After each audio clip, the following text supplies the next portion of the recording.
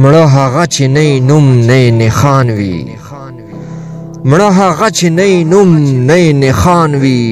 تل تر تله په خپل نوم پای ښاغلي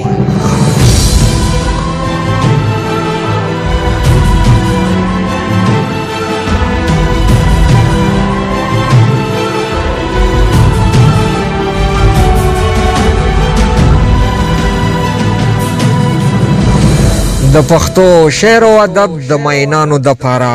زیره خوږ ژبه شاعر او تکړه لیکوال فیاض الله فیضی د خپل یو کال خوارۍ او مهنت نه پس راوړي ستاسو په خدمت کې یو نوی کتاب د ذل ثوابۍ د تیرو هیرو او راحات شاعرانو تذکره کتاب سپیڅلي خلق چې پکې د ډیرو سپیڅلو خلکو ژوند جواک شعر او شاعري او ادبي هڅې موجود دي وای خدای سشو هغه ښکلي ښکلي خلق په ظاهر او باطن سپین سپیڅلي خلق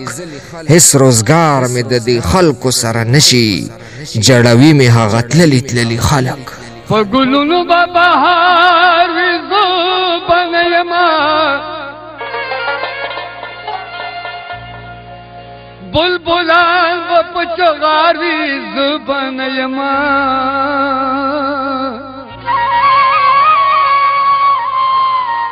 بوراګان به د ګلونو نه تاویږي ستا به ماته انتظار وي زه به نه یمه په دې تذکره کې به تاسو لولئ د هغه شاعرانو ژوند او ادبي هڅې په کومو شاعرانو چې اوس په منونو خاورې انبار دي وای چې د منونو خاورو لاندې شم نو اوبه وایم چې قافله د ستړي ژوند مرام ته ورسېده مجرمان دواړه د مینې په ګناه کې اشنا سزا یوازې ما تسکین بدنام ته ورسېده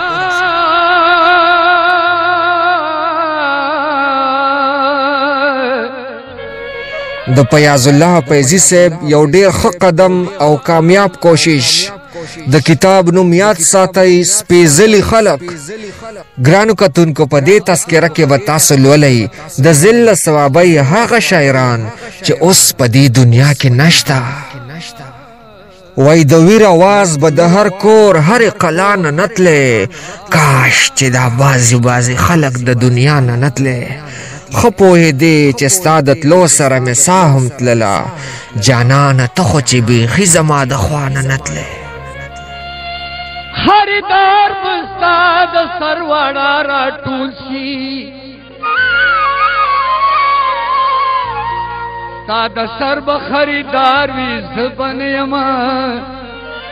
د علی حیدر جوشی صاحب امیر نواز خان امانت مالیار صاحب شمس الرحمن باران صاحب عبدالغفران بیکس صاحب اجمل منصور روشن خان بابا نادر خان بزمی صاحب عبدالواحد ټیکدار صاحب جمشید استاذ د ټوپۍ د تسکین مانیروال نزار شاه منصوری نزار یوسفزی او د لیونی فلسفي ډاکټر اشتیاق الرحمن اشتیاق صاحب نه علاوه د 113 مړو شاعرانو ژوند جواک پیژنګلو او شاعري تاسو په دې یو کتاب کې کتئ شئ وای چې رایات شینه یو سوړ اسویلې وکړم په اسلام او په پښتو باندې پورو د یوې لارې ساده باده سړیو زمونږ مشرانم عجیبو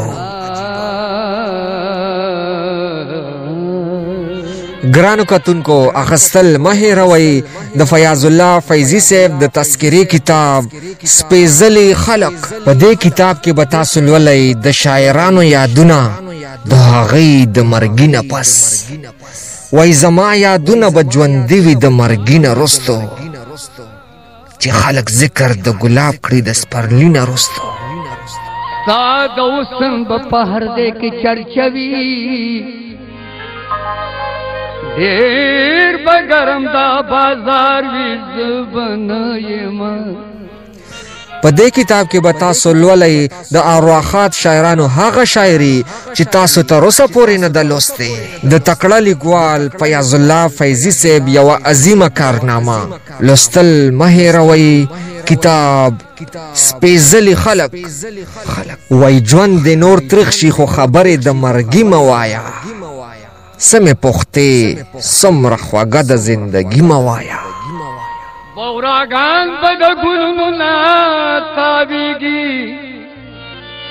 تا به ماته انتظار وي زه به نه یمه خان ګل وایي ای زما د زړګي سره